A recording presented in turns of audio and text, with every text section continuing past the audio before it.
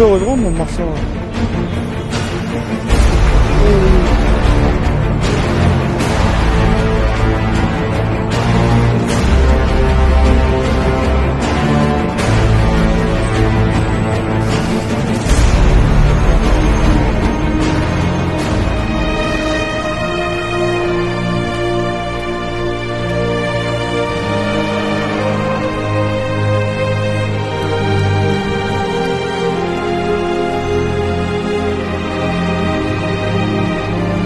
Жолду туура эмес жерден өтөм деп канча убактым өлдү. Бирок ал эч нерсе эмес, башламан болсо убакыт баарына жетет.